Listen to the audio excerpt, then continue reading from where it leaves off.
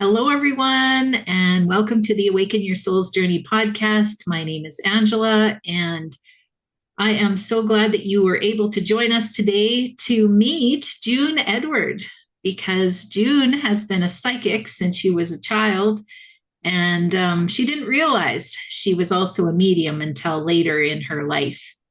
And some of her gifts have been passed on since her mother was also a medium. And she also passed to the other side herself when she was 27 years old and came back to this side by choice. And she can offer firsthand experience that life after life does exist. And she has a 100% success rate in bringing through souls from the other side to give closure and to help loved ones heal on both sides. And her sold out group readings can help give insight as to what's going on in your life and help to see what the universe has in store. And so she has some special gifts, works directly with angels, guides, and departed souls. And combined, these tools have made her a very strong and accurate psychic and trance medium as well, able to bring through validating details to prove the connection and messages from the other side. And I love this because I know early on in my grief, it was really comforting to have an evidential medium do some messages for me. And so I love what psychic mediums do. And I just love the whole idea that people can get that sense of life after life and have that comfort. So thank you so much for what you do. And thank you for taking the time today to join us. No, it's my pleasure. Thank you for having me. Yeah. And so I read a little bit in your bio, but just give us a little more background on what it is that you do. So basically, other than helping people guide them in this lifetime when they're having difficulties, I connect them with their loved ones on the other side. And, they're the same people there that they were here. They just don't have the body anymore. Because realistically, we are not the suit that sits here. We are the soul that's inside. And I think it's great, and I think it's amazing that, when they pass to the other side, they're still the same. The problem with that, however, is that if they didn't get closure on something when they were here, they still don't have closure on the other side. They don't miraculously understand things and change into different people or anything like that. So it's wonderful for me when I can bring one of your loved ones through and I can heal not just you, but them on the other side as well. Oh, beautiful. I love that. Yeah. It's very fulfilling. Hmm. Yeah. And I got a sense that, that they're very eager in many circumstances to come through. And So what's tough for them, it's like a two-way mirror. They can see you, they can hear you. If they can slow their energy down enough, they can touch you and move things. And they're like, I'm here, I'm here. They want you to know that they're here. hmm yeah, it's such a wonderful thing. And I know that some people are, afraid of that. They've been taught maybe through their religion or through their upbringing that it's evil or, it's, Sad, isn't it? Sad, very Mhm. sad. Yeah. Yeah, yeah. We believe what we've been taught or what we experience. And at some point in time, almost everyone's going to experience something that is outside of what they've been told. And, we're here living a 3D experience. We're here for a lot of different reasons, but we have a brain in our head. And our brain is nothing more than a massive computer processing all your information. But your brain has a specific job, and your brain's job is to protect you. How does it do that? It does it by creating fear. So most people are living their life and making their decisions based on fear. And when you do that, it's literally a 50-50 crapshoot. Sometimes it works out, sometimes it doesn't. And you're always questioning yourself. When you learn how to get in touch with your soul, who you truly are, that's that gut instinct, that's that knowing. Every decision you make, you don't question, and it's always the right decision. Yeah, I love that. That's beautiful. And it is true. There is a lot of fear, that's been generated. And I heard a message, and I'm not sure who this comes from, but you can, if you're living in love, you can't feel fear. If you're in fear, you're not in love. So it's like choosing that love side to keep yourself out of the fear. People think that the opposite of love is hate. It's not. The opposite of love is fear. And fear is a mechanism, like I said, it's there to protect you, but it's also created through religions and things to help control people. That's what it's all about. You're controlled through fear. And you cannot have fear and love experienced in the same moment. Mm. It's impossible. You either have to be in one or the other. And love, whether you believe it or not, is the highest vibration of all. And when we talk about vibration, frequency, energy, we are talking about all the same things, just different words for them. And love is the highest vibration of all. The two things you take with you when you go are love and, well, not love, but all your feelings and all your knowledge you take with you. I used to say it was love and knowledge, but since I do this work, I've brought them through from the other side, and they're still living in anger, hurt, remorse. So you bring through all of your feelings with you. Interesting. Yeah, it can be difficult. And I understand that on the other side, they continue working. Yes and no. We learn our lessons much faster here than we do on the other side, and much faster still within relationships. Hence the reason my book, All's Fair in Love and Karma, because it talks about the 5 lessons that your soul has to learn in order to advance. And they have to keep reinforcing these lessons, especially if you haven't learned them all. So they do learn, but not very quickly. Time is very different. The faster you move, the slower time is. And they're moving, if you think of the speed of light, somewhere around 160,000 miles per second. And so it's about every 350 to 400 years of our time is 1 year for their time on the other side. Wow. Another reason why we learn so quickly here than on the other side. And some people want to learn on the other side and some don't, some souls.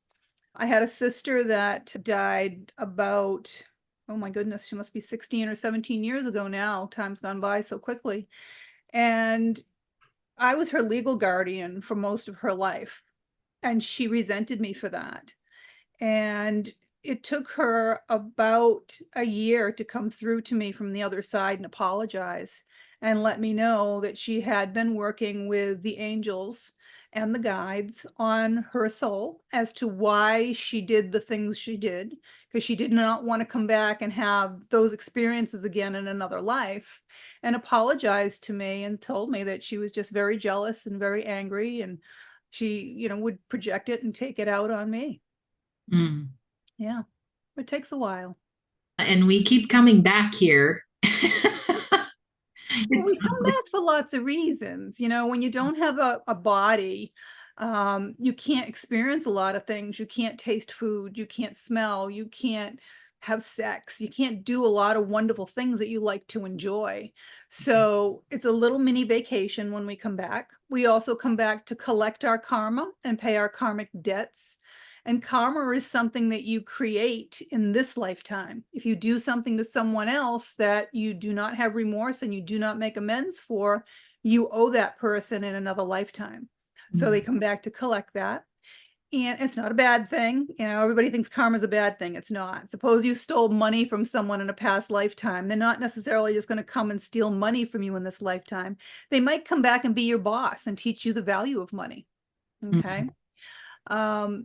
And we also come back to help each other. And that's one of the big things that people forget. We're all here to help each other learn these lessons so that we can advance our soul. There's absolutely nothing ever that is negative or detrimental. And that's, it's a hard thing to say when you're in the middle of it. Okay. But everyone has 20/20 vision and can look back and see how when something they thought at the time was terrible in their life happened, something good came out of it. It always does.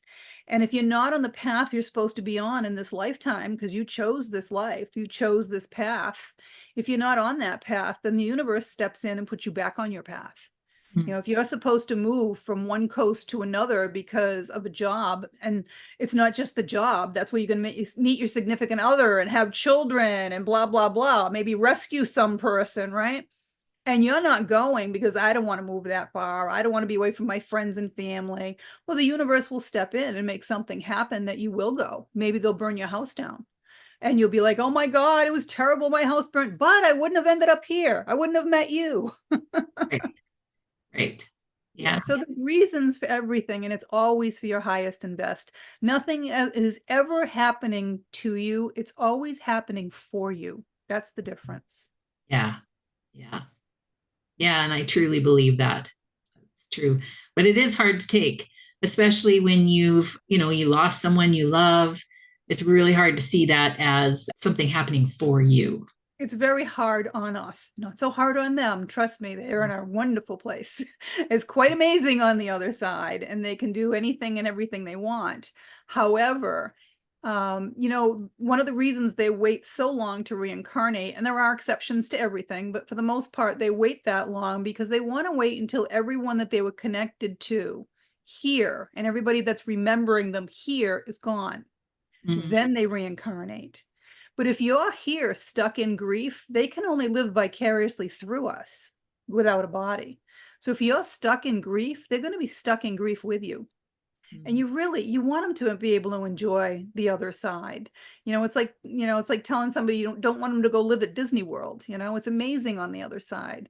But when you're stuck, they unfortunately will be stuck because all you have to do is think about them and they show up immediately. Mm-hmm. Fascinating. We talk about energy in that everything is energy. Absolutely. Yeah. And so tell us a little bit more about how energy affects our life. So people don't understand energy because they can't see it. Mhm. But you can't see the air you're breathing and it's there, right? You can't see the microwaves cooking your food, but that's what's happening. Energy affects everything everywhere. Everyone's walked into a funeral and felt that low energy, right? Everyone's walked into a birthday party or a wedding and felt that high, elated energy. So energy affects everything. And we as human beings vibrate in the 500 range. Once you go to the other side, you're up in the tens of thousands Mm. because the speed of light is 160 million miles per second. That's what they're vibrating on the other side. So everyone that's in your life right now is on your same energetic vibration. That's how it works. So if you're stuck in a low energetic vibration, then everybody that's around you is in that low energetic vibration. If you want to improve everything in your life, you need to raise your vibration. And then the people on the low vibration are going to drop off, but you're going to attract people on that higher vibration. And in order to get in with the flow of the universe and have the law of attraction kick in, you have to have that high vibration. And then the trick to maintain it is actually to balance your energy because everything in the universe has to stay in balance. This is why you have day and night, left and right, good and evil. Everything has to stay balanced. And if you cannot balance your own energy, once you've gotten into the law of attraction, if you don't balance it, you crash. That's Mm. the only way to stay balanced. And you'll know whether or not your energy is balanced. If you're being affected by full moons, things like that, any changes, environmental changes, then your energy is not balanced. Mm. And it doesn't mean you're not going to enjoy your life. It just means that the highs are not so high and the lows are not so low. Everything's just amazing all the time. So, what advice can you give people wanting to raise their vibration? So there's different ways to raise your vibration. Obviously, laughing and having a good time, that raises your vibration. But the fastest way to exponentially raise your vibration and maintain it is through meditation.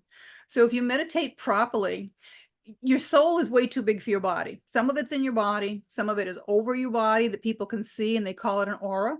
But the majority of your soul is actually in that lowest level of heaven, the fifth dimension. And it orchestrates the timing of all the events in your life. And it actually has all the knowledge of all your lifetimes. So when you meditate, you're not just getting in touch with that part of your soul that's inside your body, you're getting in touch with the soul that's in the fifth dimension at that extremely high vibration. So it's automatically going to raise your vibration here. And the benefits of meditation are just unbelievable. There's lots of scientific evidence to prove it. It speeds up the molecular structures in your body. So your cells turn over faster, you look younger, you sleep better, you need less sleep, you have more energy, you start looking younger, you're happier, you're calmer, it lowers blood pressure. There's so many benefits to it. It's unbelievable. That alone is a reason to learn how to meditate properly. Right. Yeah. So I know there's lots of different types of meditation out there. So there's lots of guided meditations and meditations to do different things. It's like I teach a meditation on people how to meet their soul and how to get in touch with their spirit animal, things like that. But when you're just meditating for yourself to get in touch with your own soul, you just want to find some nice, relaxing music or whatever it is that you need. You don't want a guided meditation because you're going to be listening to that guided meditation. I always tell my students, if you need to do it a couple of times just so you get the feeling, go ahead. But then just put on some music and make sure that it's a high megahertz, something around, I meditate around 1,900 to 1,000 megahertz, just to raise that level. And then you always have to make sure that you're protecting yourself. I call in Archangel Michael to surround me. I actually put directions to meditate properly in all of my books because I think it's just so important, and tell everyone to read it until you've set it to your memory so that you don't forget, especially that protection. That is the biggest part. But 20 minutes is what people should be meditating for when they're starting out, 3 times a day, no more, no less. Because until they're proficient at it, it's going to take them 18 or 19 minutes to get in touch with their soul. And if you meditate for more than that 20 minutes, you become ungrounded. You can start astral projecting and you end up being an airhead for the rest of the day. And if people don't know what that means, I was making meatballs in my house one day and I said, they need another 10 minutes. I'll sit down and just meditate for 10 minutes. Well, an hour later, I got up. I'm like, oh, geez, an hour went by. Went upstairs, started the laundry, came downstairs, noticed that the oven was still on. I'm like, oh, I forgot to shut the oven off when I took the meatballs out. Then I was like, I never took the meatballs out. This is what being an airhead is. You just still floating around on the other side. Not enough of your soul has just realized it's in the body. So that's why it's important. Mm. Yeah. Okay, so now I'm just feeling into the group, and really, I think a lot of people are in fear over, if I meditate and I don't protect myself properly, maybe I don't know how to do that. Maybe I can't meditate 3 times a day for 20 minutes. Like, You know what? Anybody can do anything they want to do. If you sit there and tell me that, oh, maybe I can't do it, then it's because you don't want to do it. It's that simple. I was running 5 businesses at one point in time, and I started getting up at 4:30 in the morning because it was the only time I could meditate and then go to the gym. That was my time. So every morning, and I always recommend that at least one of those meditations that you do every day, you should always do one first thing in the morning when you get up because it sets the tone for your day, but always do one in the same place as well, because your guides and loved ones from the other side, they'll be sitting there waiting for you before you get there. Trust me, they're there. They're waiting. They're like, where is she? Yeah, it's pretty amazing. And it's cumulative too. As much as you think, you might not be connecting, you are. And if something pops in your head that you're not thinking about, I mean, if you start thinking about laundry, dinner, just let those thoughts go by and keep focusing on that little pinpoint of light, because there's always a little pinpoint of light when you close your eyes. And if something pops in your head that you weren't thinking about, then that's something from the other side. That's a message that you're trying to get to you. And then once you stop meditating, you're going to notice that during the day you start getting your ears will start ringing or humming. And because your brain is a computer, that is literally a download of information from the other side, like giving your brain a nice little upgrade. And then at some point in time, you're going to have information that you didn't realize you had. You're like, da da da da da. How do I know that? I don't know how I know that, but I know that. And that's where it's coming from. Mm-hmm. Fascinating. Yeah, it's amazing. Yeah. So one of the things that I think people question about is, are ghosts real? Yeah, absolutely. Because again, it's the soul that was inside the body. So again, as a living being, we're vibrating in the 500 range. When your soul leaves your body, if you do not go into the light, you're going to vibrate at the same vibration that you did prior to passing. You just don't have a body. And I mean, there's billions of ghosts everywhere. I had a restaurant that was haunted by a previous cook, and he, they would see him, full-fledged apparition. The bartenders saw him, one of the cooks in the kitchen saw him. He was freaking out my employees. And I went in there one day and called him out, and stood in front of me and told me who he was and how he died and how excited he was that it was a restaurant again. But I'm like, listen, I said, every morning you're leaving all my lights on every night. You can't do that. It costs a lot of money. I tried to get him to move into the light. He refused. He wanted to stay there. So I said, listen, I'll make a deal with you. You can stay as long as you don't turn the lights on unless it's an emergency, and you don't let my employees see you anymore. You can't do that. And he agreed. And sure enough, there was only 2 more times that the lights came on while I had it. And both of those times there were refrigeration units. One went down and one they didn't plug back in after they washed the floor. But they're everywhere. And, I did some work on missing person cases and murder cases and things prior. And if someone had passed away and they're missing, unless their soul wanted me to know and let me know that they had passed, if they had not gone into the light, I couldn't tell if they had passed or not, because they're the same energetic vibration as a living being. Mm. They just didn't know, and they'd been stuck here for a couple hundred of our years. Mm. Interesting. Yeah. Yeah. They're real. Yeah. So keep in mind that your loved ones from the other side, for the most part, are keeping an eye on you as well. Okay. I've had people contact me that they know they got a spirit in the house, and sure enough, who shows up? Mom.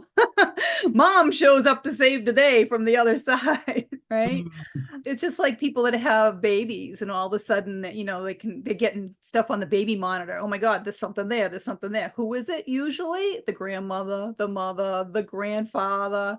They are always watching over you. This is why they don't reincarnate until everybody they know is long gone, because they don't want to be forgotten. Everything that you do when you go, they're not at the cemetery, trust me, but when you go and you put stuff and flowers on the grave and you're remembering them, they love that. They absolutely love that. They used to say, set an extra plate at the dinner table and they'll come join you for dinner, and they absolutely will. They're not going to eat the food, but they're going to live vicariously through you. So if you're making a Thanksgiving turkey and you're enjoying it, they're going to remember, oh God, I remember how good her gravy was, or her stuffing, and they are living it and enjoying it through you. So yeah, they're all around, and they're there to help you all the time. They really are. Mhm. I'm assuming that a lot of people come to you to connect with their loved ones or get messages from their loved ones. They do. Yeah. People come to me for everything. There's probably not much I haven't heard or seen, but yes, a lot of people will come to me because they want to talk to somebody that passed, or they want to get closure from them. I've had people contact me because they can't find the safe deposit key and they need to talk to somebody on the other side to find out where is it. Right. And lo and behold, it's in a box they can't get to anymore. Oh, wow. Yeah. Yeah, they're very helpful on the other side. And like I said, they want to talk. They want to talk more than you do. And it's interesting because when I do bring them through from the other side, you might be asking something and they're not going to pay attention sometimes to what it is you want to know. They want you to listen to them and what their concerns are. And a lot of times it's the family album, the family cookbook, the family recipes, the family. Those are the things that are really important to them on the other side. Yeah, they're still living, this family, this life that they had on the other side for quite a few hundred years of our time. Mm. They're very connected. Yeah. Yeah. And I assume because the stories that what you're explaining here is very specific, that there's a lot of evidence, because we talk about going to mediums and making sure that we have, Right. something. It's like, I don't know these people. If you ask me to bring through your grandmother, I don't know her at all. Right. All I can do is describe her and give you the information that she's giving me. and she'll give me something that you will recognize specific to her that there's no way I could know it. It has to be her. Right. I remember doing a show one time, and that's the problem with a lot of mediums is their ego gets in the way and they don't want to say something and be wrong, right? Right. I was doing a huge show one day, and the guy in the front row was a widower, wanted me to bring through his wife. And I'm standing there, and all I'm seeing is two hands coming out holding up this dress, and I'm hearing prom dress, and I'm like, oh my God, do I tell him she didn't come through? What do I do? I'm like, I gotta give what I get, gotta give it. So I said, listen, this is all I'm getting. I have two hands that just came out. I'm seeing this dress, and I'm hearing that it's a prom dress. Guy starts bawling his eyes out. He goes, yeah, that's my wife. He goes, that was her favorite saying every time she left the house. I'm off like a prom dress. Random and crazy, meant nothing to me, but it meant the world to him. And then she was able, now that she had made it clear to him that it was her, she was able to give me more information, and then had lots of information for him and his children. Yeah.